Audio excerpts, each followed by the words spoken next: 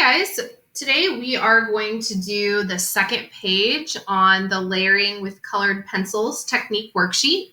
The previous video showed how to do some complementary colors blending with different pencil techniques, and we're going to go ahead and apply those to actual real life objects. Well, it's not real, but it's on the paper. Okay, so it says use complementary colors in layers to create depth in images. See my example for a reference on how to color, and I'm going to show you how to do it so you'll be good. All right, so we've got here a traffic cone, and it says color the construction cone orange with blue shading.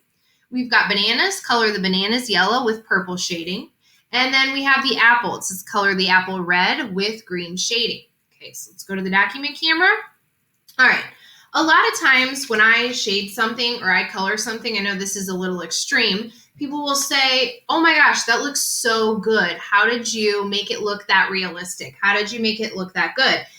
And it's not just talent, okay? There's a lot of rules that go with drawing, and if you know these rules and you can apply them, you can make your drawings so much better. So it's not just, I was born and I had art talent. Maybe I had some, but a majority I learned. So here we go. We're going to learn. So you need to get an orange and a blue to start with, colored pencil. If for whatever reason you don't have this paper, it's not a big deal. Get out a plain piece of notebook paper, and you're going to want to try to sketch the construction cone. So I'll sketch it, I guess about this big on the paper, to the best of your ability. Okay, and this got some curves on it.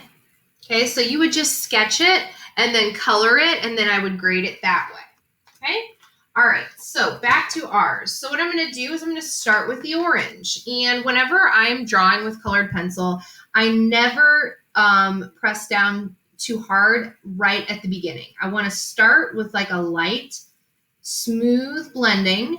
And notice when I'm coloring, I always use the side of the colored pencil. I don't try to use the top of the colored pencil because I don't want an extreme point. I want it to be nice and smooth. So I'm going to go through, try to make this as smooth as possible. Remember, if you're not getting kind of smooth areas, smooth lines, you can go in two directions, and that's perfectly fine. I have a little bit more practice. That's why I'm doing this. And then I can go back. I know the right side is going to be a little bit more orange than the left. All right, let's go ahead and start adding the blue. Typically when I'm doing colored pencil drawings, I go back and forth. And that's pretty typical even in regular pencil drawings. So the blue is very powerful, so you want to be careful. You want to color lightly.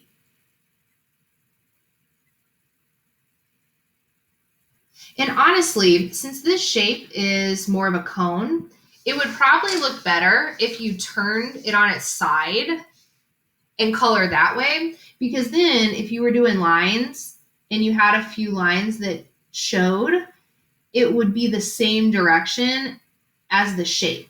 So sometimes you want to do that too. So I'm starting out super light.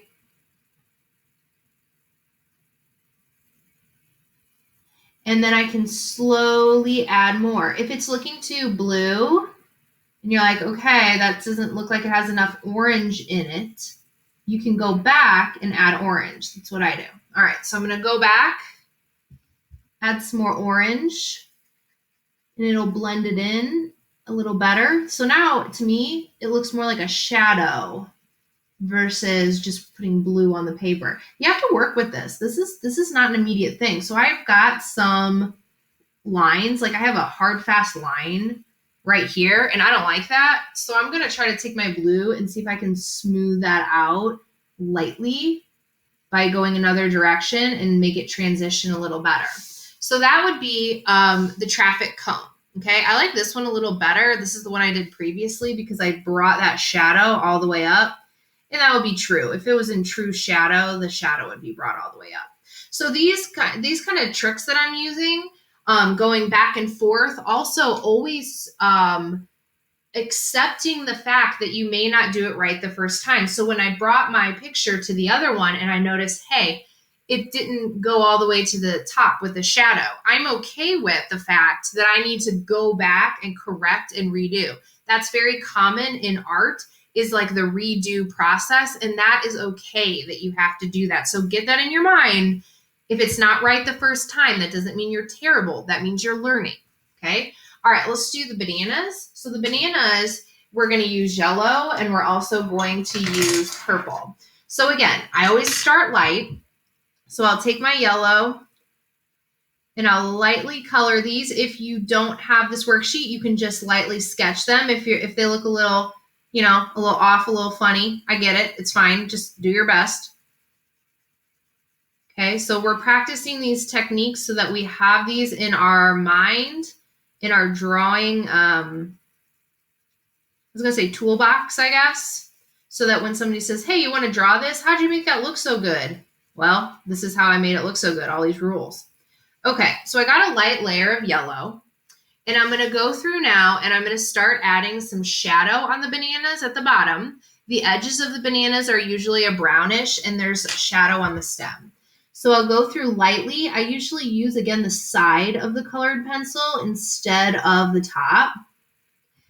And I see a little shadow here. So I'm going to add that in.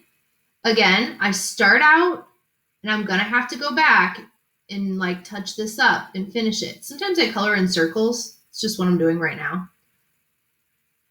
Okay, there's some shadow up here. Maybe I'll color a little darker to get that shown. But again, you don't want to color too dark because it needs to blend. Light, light, light with colored pencils starting out. All right, I'm going to get some shadow in this part of the banana.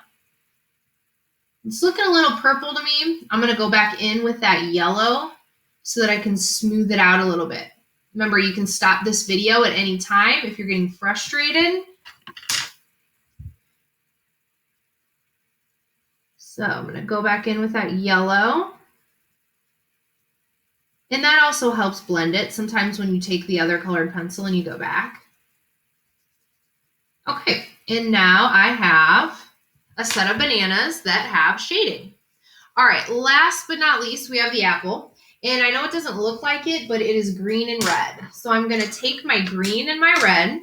And I think I like starting with the red. And I was trying to make this look three-dimensional with a highlight on the side.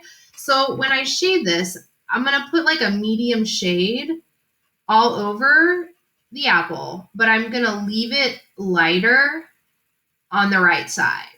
Now, you can see this is pretty smooth shading, and I'm using Prismacolor colored pencils again that are really expensive, so that's part of the reason it's so smooth. If you need to color in two directions, that's perfectly acceptable. I'm just trying to do this a little quickly because it's a video. All right, so I got my apple. Started out with, like, I would say this is even borderline light tone. All right, so I'm going to add in a little bit more. And I'm going to go in. I'll just start going in lightly with my green for the shadow. So this is going to be like a back and forth thing. So I'll take and maybe I'll put the shadow on the side. Whoever made this picture, like the actual drawing, already put these kind of lines on here. So it kind of helps me figure out where the shadows are. So I often color in more than one direction when I'm adding the shadows. And the reason is because I'm trying to make the apple appear as smooth as possible. The stem's got to be a little darker. And again, I'm starting lightly. So in some areas, like this is looking a little too green right there. I'm going to go back in with my red and go over it again. And then I might have to go in with the green once more and go over it again. So again, it's this, I know I said again like 50 million times, but it's this back and forth process. It's not just a one and done.